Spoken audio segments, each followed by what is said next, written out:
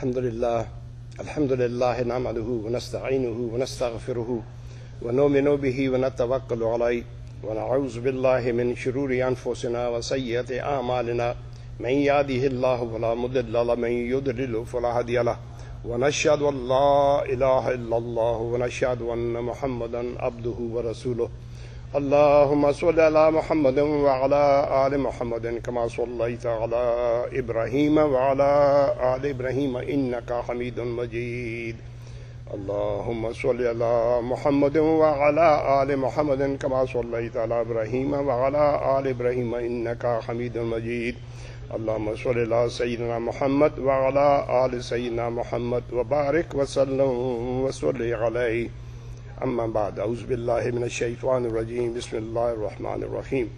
We are starting out for a short khutbah about Ramadan. We were supposed to do it last week, but I was called in the other unit, so I missed your khutbah. But the fact is, Ramadan is a month of blessing, month of forgive and forget. A month of blessing of Allah subhanahu wa ta'ala and a mercy of Allah subhanahu wa ta'ala. Emancipation. Loving each other, helping each other, enjoying the blessings and the bounties of Allah subhanahu wa ta'ala together. And that is the month of Ramadan. We are very lucky that we have a beautiful community that is doing their job so well all around the world.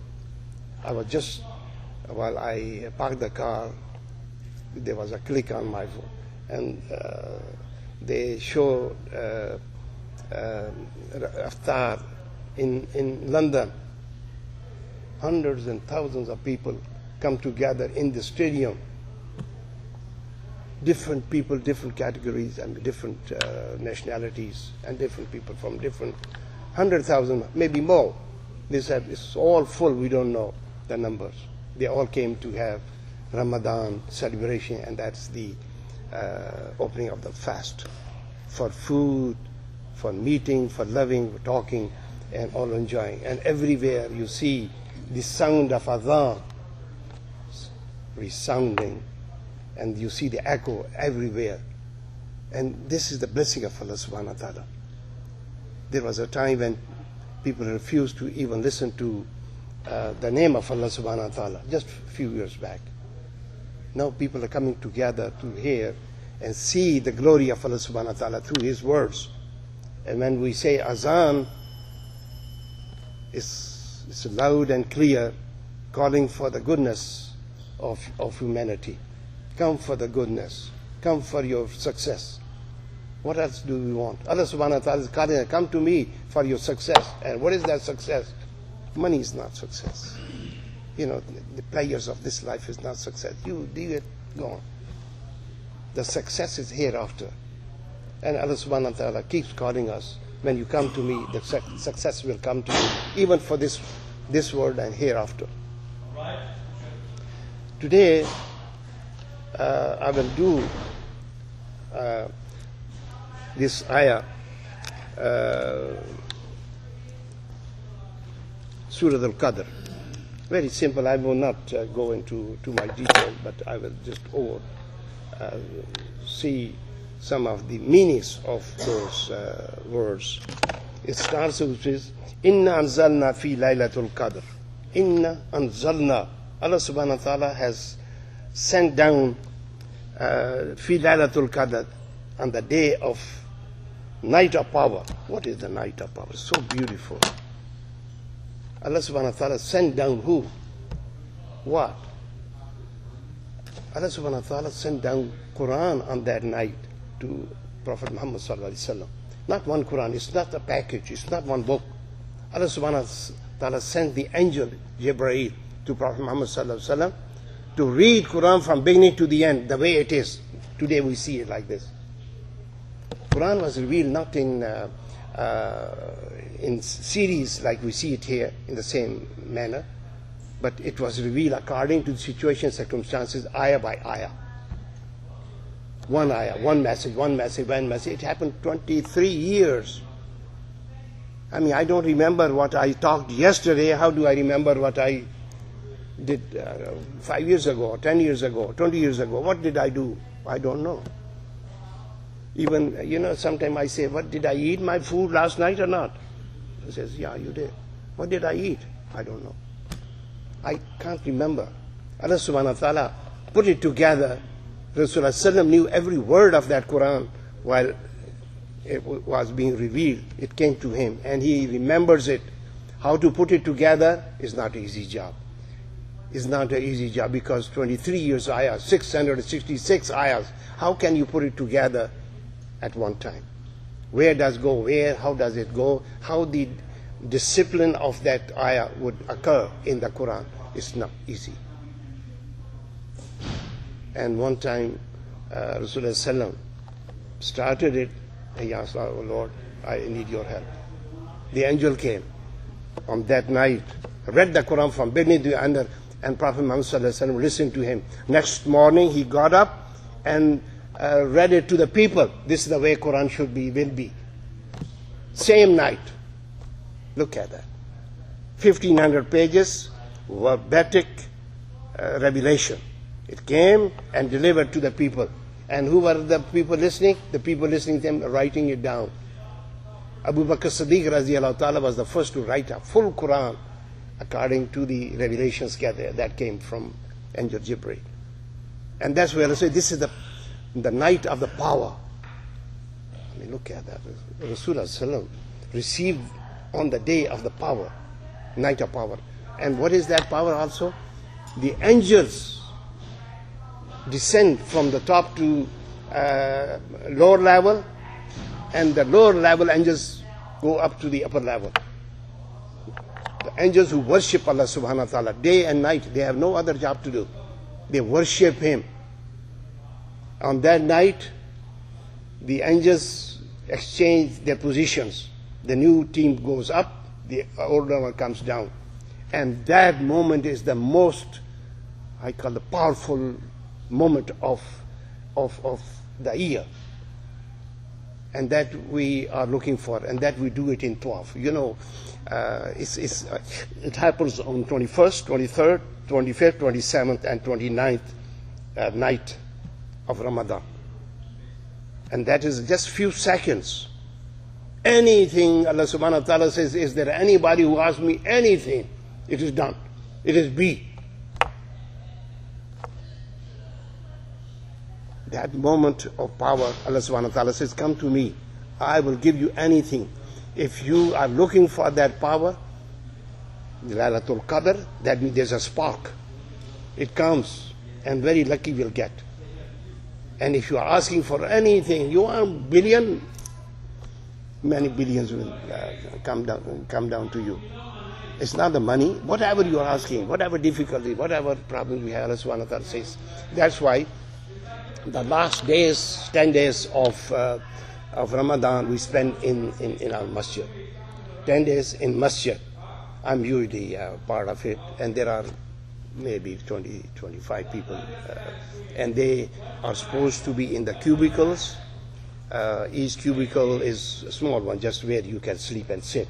We are not supposed to talk to each other. We are not supposed to do anything except we can eat and go to the bathroom, whatever situation is. So we do that. Alhamdulillah, and on these odd nights, people remain awakened.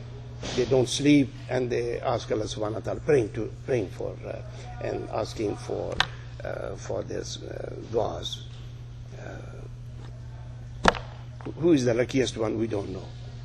Get that, and everybody tries it. Everybody tries it on that night. 21st, 23rd, 25th, 27th, 29th, 5 nights. These are very important nights. So this is called the nights of the power of Allah subhanahu wa ta'ala. The angels are moving down from Allah subhanahu wa ta'ala's throne, and the others are moving up, exchanging their positions. And those are the positions of angels. But do you know, Allah subhanahu wa ta'ala said, do you know what is this one? Because a lot of people will not understand. It's not up to you. It's not there. But ma adraka ma Laylatul Qadr. Laylatul Khairu min alfi shahr.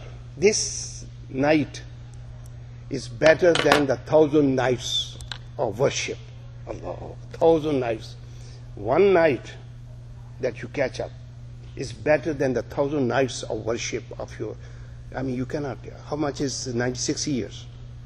I think that's the one. 86 years, sorry, 86 years.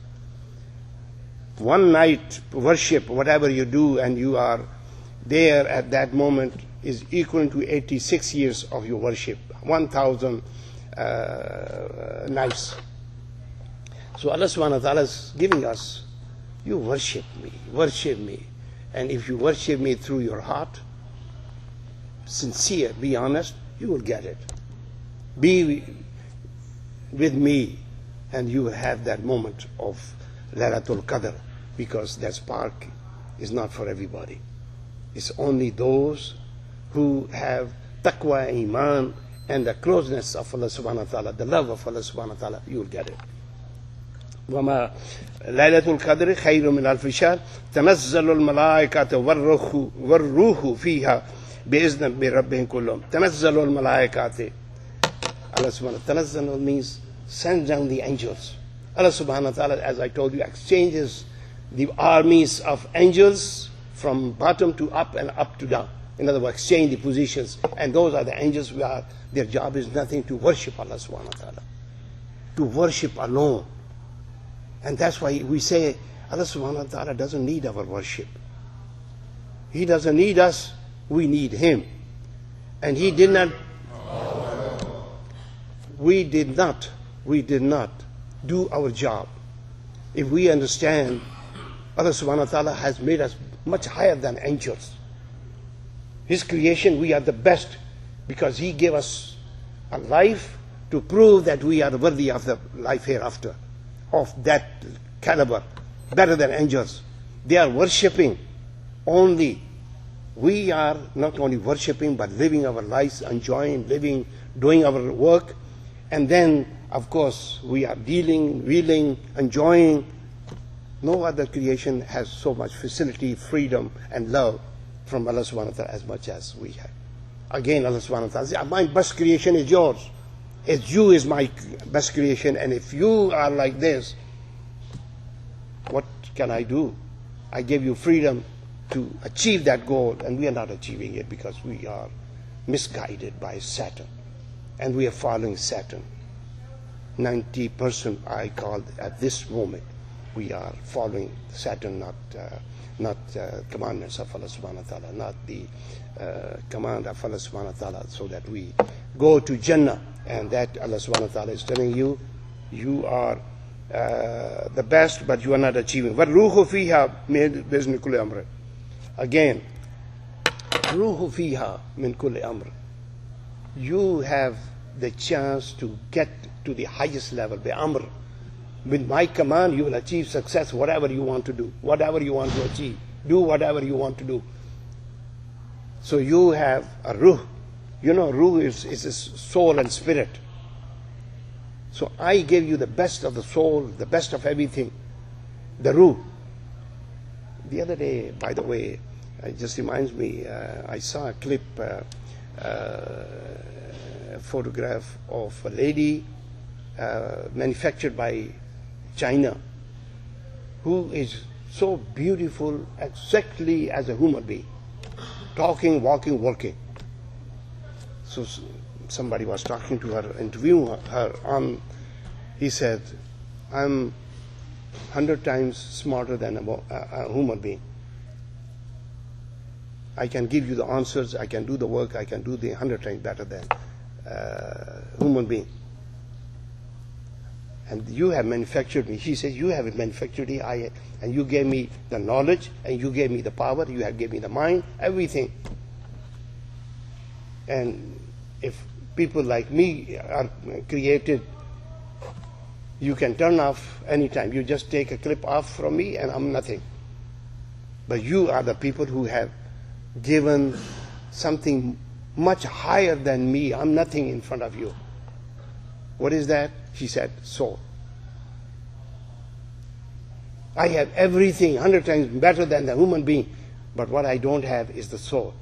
You can turn off the battery and I'm gone. I'm not there anymore. And then she's telling us, and it was very surprising. So we have the spirit, a soul. And the soul was created at the time when Adam alayhi salam was created. And on his back, Allah subhanahu wa ta'ala put his hand, and the souls of the entire universe, entire world that will come for until the end, souls have already been created, produced, and kept with Allah subhanahu wa ta'ala himself. And he gives out himself, nobody else. Nobody has any command over those souls. وَالْرُوحُ بِإِذْنِ مِنْ كُلِّ أَمْرٍ. These are the souls created by Allah subhanahu wa ta'ala, by himself, by his own mercy. Salamun Hayya Matla al-Fajr. Salamun Hayya. It's a night of salam and peace. All night you pray, you do your job, do everything. It's all blessing to you, all love to you, blessing to you, everything that you want is there for you. So that's why we, on the day, on the last 10 days of our, which is Tawaf, we sit, we look for this thing, the blessings of Allah subhanahu wa ta'ala. Allah subhanahu wa ta'ala has made us a human being with certain characteristics. We have those characteristics. And if we don't have it, Allah subhanahu wa ta'ala has created certain means for us to achieve, to receive from Allah subhanahu wa ta'ala. Ramadan is a beautiful, we need it to understand who we are, number one. When you are hungry, you can understand what does it do to you. Give you a lot of taqwa and iman. You feel you are under pressure by Allah subhanahu wa ta'ala because of what is inside you. You are suffering. I mean, you are hungry, thirsty, and but your spirit is gone up. That means your soul is stronger, the body is weak. And Allah subhanahu wa ta'ala is getting closer to us at the moment. We are stronger in our spirit, in our soul. And then what else do we have? We resist, the food when time comes for food. I mean, we are having a food on the table, we do not touch it until the time azan is given. Okay, the time is over. What a beautiful, it is only not taqwa. It is called the passion for Allah subhanahu wa ta'ala's order. Do what I tell you and you resist to do it. It's a resistance. It's something that gives you a resistance to stop something which you want to do it, but Allah subhanahu wa ta'ala says, no, by my order you do not do that. So it's resistance to evil, and it's a pleasure and motivation to do good. So in other words, Ramadan makes us a better person. We feel we have learned to live a decent life in the month of Ramadan. We do not try to commit any sin, rather we devote our time for Allah subhanahu wa ta'ala and earn his blessings. So Ramadan is a very special month, and the temptations that we have for some of the things, we say for food, for sex, for this and this, Allah subhanahu wa ta'ala tells you, by my order, you do not come close to that one. And how great it is that Muslims during the month of Ramadan resist from the temptations of any kind. No war, no fighting, no killing. Rather, all love and love for the human beings, for your brother and sisters. If you have not spoken to your brother or sister or anyone else, you walk down to his house, to him, ask for forgiveness, and come close to him. Be friendly again. And this is Allah subhanahu wa ta'ala's message through our Ramadan. Ramadan is a very special for us, that all vices that we have, all bad deeds that we have done, Allah subhanahu wa ta'ala says, I gave you a moment to reflect, to ponder. and give up those vices. If you have made a mistake, ask for forgiveness. This is the moment. Because that's where Allah subhanahu wa ta'ala says, I have made you hungry, thirsty, to reflect, to ponder upon your character, upon your soul, and see how you can mend yourself and be a human being of a higher character, a higher attitude. I have some stories to tell you, by the way, right from here, from my other class. Beautiful stories. I can't even believe how my brothers from your class and other classes have shown a high standard of character, who have learned to live a decent life of high respect. So this is how Iman is solidified when we are praying, when we are fasting, and then we are giving zakah, and we go for Hajj. We solidify our Iman. It does not give you money, it does not give you anything, but you become a solid person inside your heart. You are a Muslim and you don't want to do anything wrong. You want to give up your sin and achieve more piety and righteousness in your character. And that becomes a better human being, because that's what we are. And that's why Allah subhanahu wa ta'ala says, you are best of the best if you are involved in good and not in the evil deeds. I'll stop at this one, and I'll give you a beautiful story about two brothers who are living there. So, akhir wa da'wana walhamdulillahi rabbil alameen. We'll make it short, inshallah. Pray for yourself. Bismillah ar-Rahman ar-Rahim. Alhamdulillahi rabbil alameen. Ar-Rahman ar-Rahim. Maliki yawmiddin. Iyaka na'budu wa iyaka nasta'een.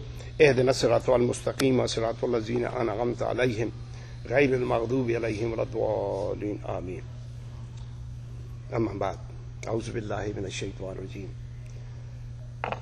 The stories I tell and talk about other brothers and people is to give you a chance to reflect upon yourself, how best you can do it for yourself if others have done it. This Quran, every word is guidance. We reflect, we ponder, and change and modify our life to make it more decent. Get closer to Allah subhanahu wa ta'ala. Achieve the felicity of Allah subhanahu wa ta'ala. And have the pleasure of that sanctity, of purity and goodness in you. It's the pleasure. Those who reflect and ponder, just sit down and do nothing, very little there. And I've seen very poor and hungry people, very happy, satisfied, and reflect as if they have not done anything wrong. I mean, they don't want to get involved in anything wrong. There are two brothers in Luther. One of them was released maybe 2.5 years ago, and the other released recently. The one who released 2.5 years ago now lives in Austin. About 2 years ago, yeah, he called me up. He called me up, Muhammad, I have a problem. I said, what is the problem? He says, I met a lady, and I like her. She likes me too much, but she wants to stay with me and not marry me. I said, I will not come close to you. I will not talk to you for any reason to get close to you. I want to marry a girl who should have these attributes. I will not marry any other girl, and I will not sleep with any other woman. I will not do anything. I'm a Muslim. Huh? He said, what? Muslim, so what? I want to live with you. I love you. I will stay with you. I will not run around. I will not fight. I will not do anything. He said, no, I will not. He said, 3 months later, he called me after 3 months. No, 3 months, I'm sick and tired of her. She keeps running and bothering me. I said, no. I said, what can you do? You come in Houston, I'll help you whatever I can do. So he packed up everything and came to Houston 2 years ago. Did I tell this story before? No. So he came to Houston. And I said, found some place to stay. He said, okay. Stayed there. 4 days later, he called me again. She's here now. I don't know how did she find out I've come to Houston. She's here. What should I do now? I said, brother, you are a Muslim. Don't forget, you have moral character. You have honesty and dignity in yourself. You don't want to fool around with a woman who wants to follow you up and not marry you. He said, you are right. I will not do it. He said, lady, you have come here. I've talked to my imam, and he told me, if you marry me now. If you don't want to marry, leave me alone and never come back again. So she says, oh, if that's the last word, then I will marry you. I'll marry you. I said, okay. She called me. I said, okay, your marriage expenses are on me. I'll pay for everything. So I took him to Imam, our masjid, and I said, yes, I will be glad to do the ceremonies and everything. And I invited some people, on that day we will get together. About 15, 20 people I invited from my family and other people. We'll have dinner afterwards, and I had some gifts for the lady and for him. So I prepared myself, ready to go. So that day came, I think it was Friday afternoon, 2, 3, 4 o'clock. So I was waiting now with something to put out. We put some garlands for the married. So I got ready. So they are coming, so I should be there before, and our people were there. So he called me up 1 hour before. Muhammad, I'm so sorry. I'm so sorry. The lady called me up that she cannot come. I said, why? Because she went to her parents and they told her not to get married to this man. So I can't do it without consent of my parents. I said, no problem. So I'm glad that she told you before she got married. Okay, let's get it over with. I said, okay. So he went back to Austin again. He said, now it's over. The time is over. I mean, I'm not going to talk to you. I told her not to even bother and not do it. So he goes up there and meets another girl the same day or second day. After 3, 4 days, he called me again. I told this lady, don't waste my time, and I don't want to waste you. I'm a Muslim, and I will not sleep, and I will not live with you or anything until I get married. That's it. If you want it, I'll do it. And if you don't want it, just don't come to me again. She said, with these characteristics, I'm the lady. I'm the right lady there. I'm not the lady that runs around. I'm not a lady who goes and sleeps with other people. I'm not the lady who has spent life with other men. No, then I'm the right lady. If you want to check me out, please, here is my parents' number, here is so-and-so, check me out. He said, I did. I called parents, I met her, and everything was, she was really a pure lady. Allah Akbar. And he said, I went and made a sujood to Allah subhanahu wa ta'ala, I found the right lady there. And he called me, what should I do now? I said, don't come to me because she might refuse before you reach here. So you get married right away there.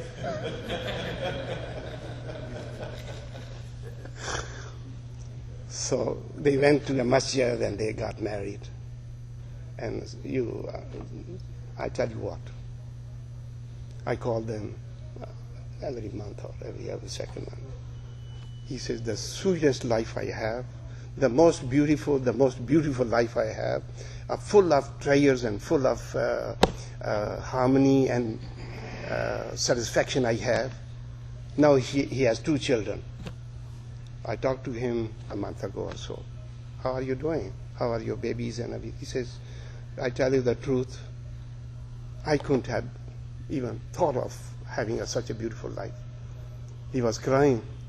Such a beautiful life I have. Little money, but no problem. She told me, you don't want me to work? I don't work. You want me to take care of children? I'll take care of the children. And he said, when I go to work, she says me goodbye.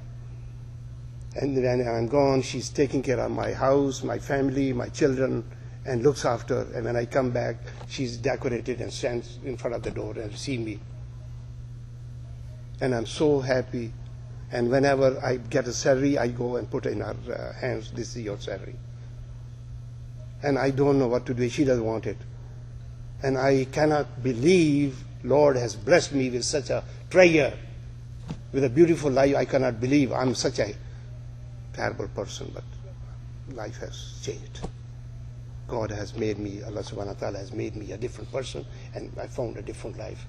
What a player. I said, brother, keep it to yourself. Don't tell anybody.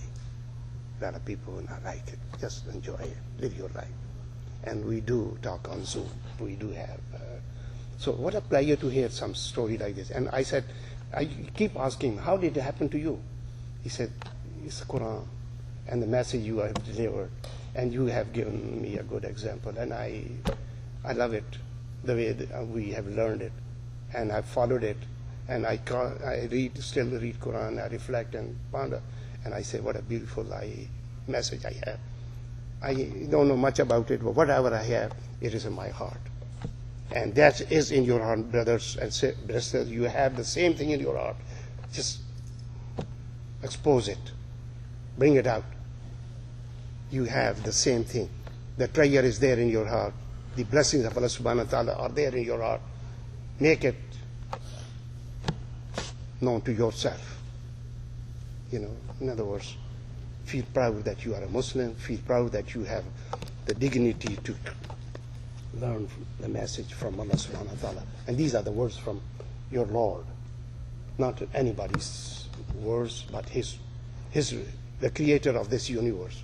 So we are blessed people. We are really blessed people. But we don't know. We don't reflect and we don't do things according to the commandment of Allah subhanahu wa ta'ala. Well, on that story, I'll give you another story. It's a little small story. I don't want to. Same story happened 2 months ago. 2 months ago. A brother from the same unit calls me up.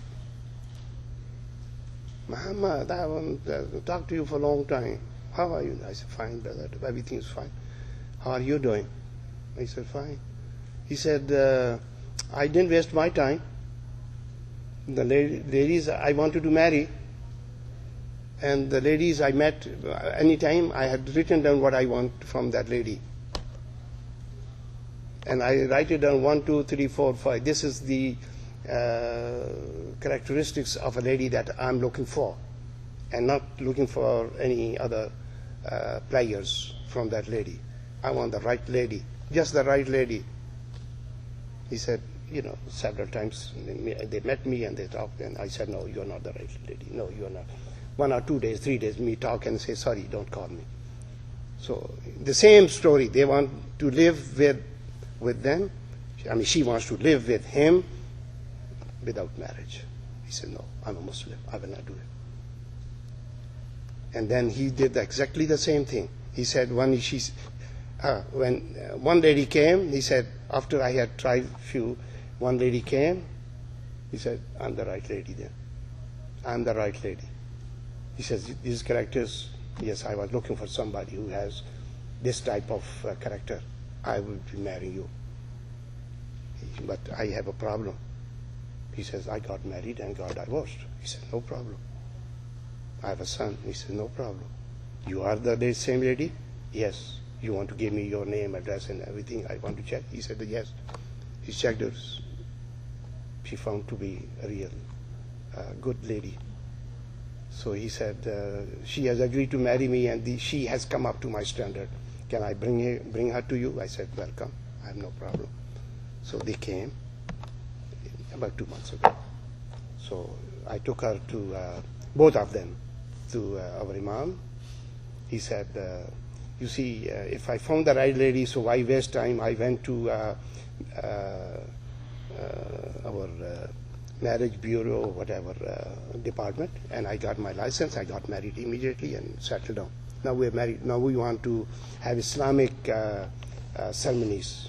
I said, no problem. My mom said, yes, you can marry if she's not Muslimah, no problem. And if she is Christian, that's wonderful. Now you want her Muslim? She said no. So she came. We did the ceremonies again. She's well done.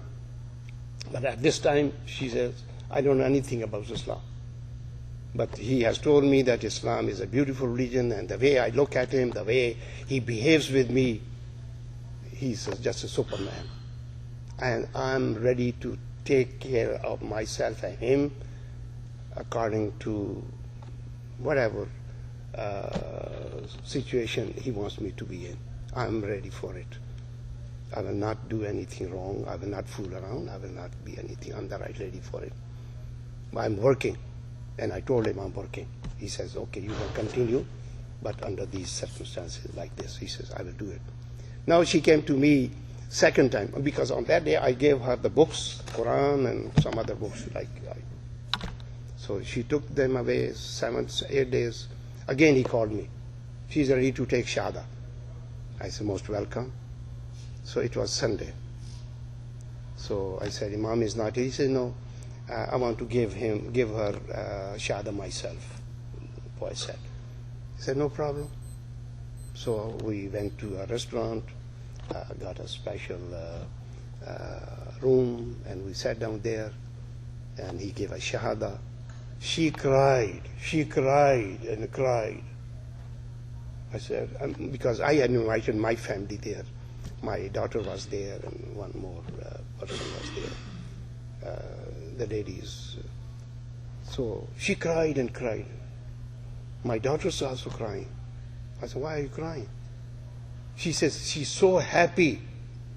She's so much impressed by the knowledge and by the impression she got from her husband, that she is now Muslim.